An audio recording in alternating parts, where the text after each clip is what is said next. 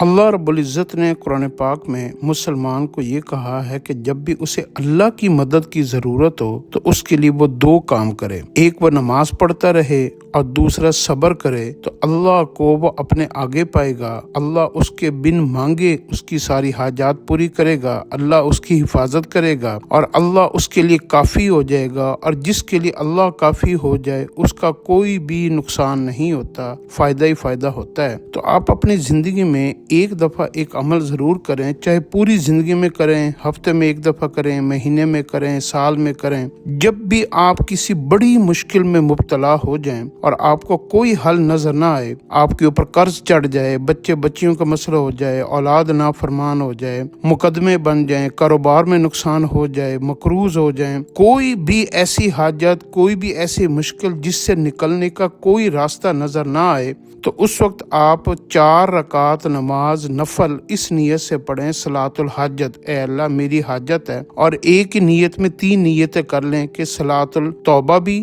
صلاۃ شکرانہ بھی اور صلاۃ الحاجت بھی۔ تو اس میں آپ یوں کریں کہ جب آپ 4 رکعت پڑھیں تو پہلی رکعت میں آپ نے حمد و ثنا پڑھ کے سورۃ فاتحہ پڑھنی ہے، اور سورۃ فاتحہ پڑھ کر آپ نے 10 مرتبہ قل ھو اللہ احد پوری سورت پڑھنی ہے۔ تو اس کے بعد دوسری رکعت میں سورۃ فاتحہ پڑھنی ہے اور پھر قل ھو اللہ احد سورت جو ہے نا 20 مرتبہ پڑھنی ہے۔ پھر تیسری رکعت میں آپ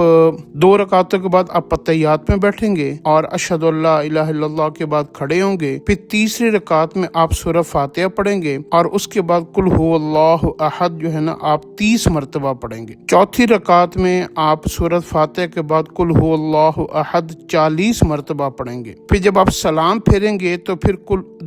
درود پاک آپ جو ہے نا کوئی سا بھی درود شریف آپ وہ 70 مرتبہ پڑھیں۔ سلام پھیرنے کے بعد پہلے آپ قل ھو اللہ احد 50 مرتبہ پڑھیں، پھر کوئی سا بھی درود شریف 70 مرتبہ پڑھیں، اور پھر 70 مرتبہ لا حول ولا قوت الا باللہ العلی العظیم اس کو پڑھیں۔ اس میں تقریباً آپ کو 40 منٹ یا 1 گھنٹہ لگ جائے گا۔ اس کے بعد بیٹھ کر آپ پہلے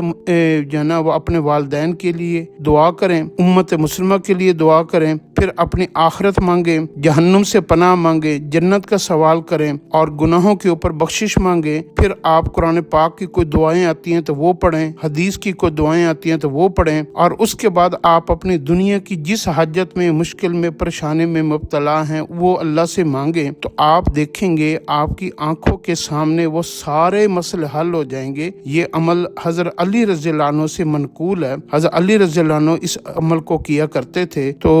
علم کا باب ان کو کہا گیا، آپ اس عمل کو اپنی زندگی کا حصہ بنائیں، آپ کو بڑا فائدہ ہوگا۔